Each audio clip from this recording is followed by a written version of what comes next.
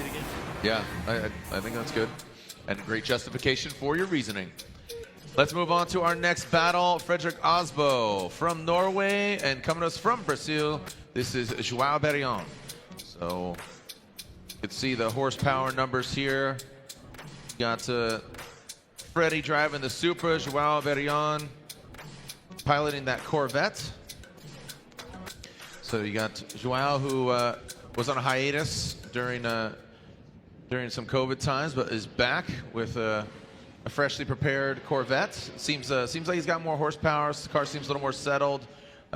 Just set up overall probably just a little differently, more to his liking. Yeah, when he first brought that car in, it's a Z06, and he was running the stock drivetrain from the factory in that car pretty much, and did, maybe had a little bit more horsepower, but he was saying it was a very basic build originally, and you could tell he wasn't able to keep up with the other cars. Now the car is built. I think they took that year off to really develop it, put a race built engine under the hood as well, and much more power. I think the car is much more developed as well, more parts to make it perform the way the other cars are performing, so it's able to keep up now. But it really looked gripped up yesterday, and I'd like to see him take a little bit of that grip out of the car, hopefully, and drive it a little more smoothly throughout the course, Yeah, I mean, his spotter is up here saying 1,300 horsepower, so definitely a capable machine. Let's see. And Lorette caught up with Aasbo, getting that warrior mindset, the warrior versus the sheriff. The Norwegian hammer coming on up into that first outside zone. And we talked about it. Look at João. Got that horsepower, but can he dial it in?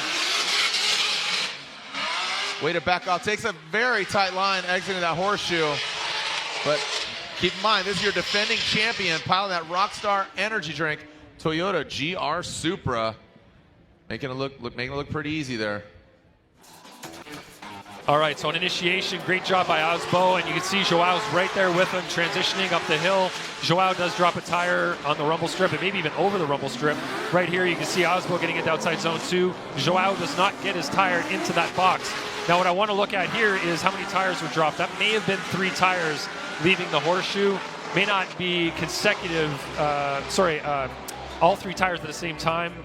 We'll have to look at it closely again, but it looked like the front left, maybe the front right at the same time, and maybe the rear left at the same time as well. So that is a line that we do not want to see the drivers take in the chase. And you can see that Joao is being slightly left behind. It really looked like he was trying to He's at 117 right now, but there's a few hands on the car, not stress.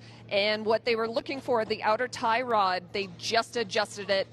So he is pulling away now. Thank you so much, Lorette. Some great insight there. Up top of the hill, and here we go. We're ready to send them as Ryan Turk will lead. Turk qualifying 6th, Dookie qualifying 27th. And Called a 5-minute. Can you talk to us about what's going on? Yeah, I just lose the control, I think, behind of Aasbo, got in the humber strips.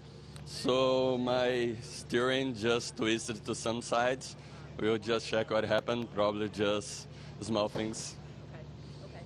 Thank you very much. Guys, back to you. thank you so much, Laurent Nickel. So some steering issues there. Going on will lead. He qualified 30th. Frederick Aasbo qualifying 3rd.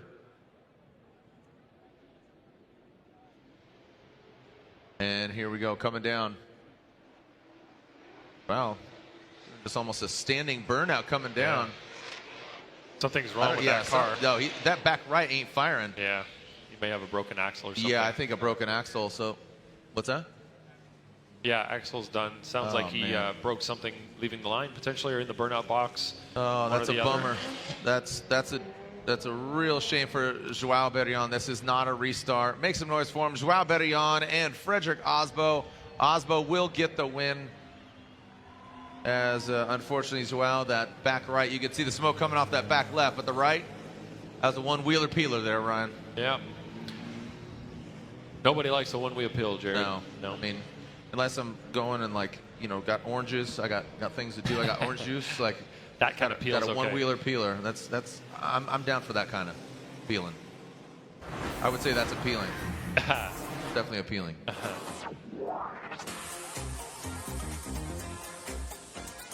All right, so slide them left.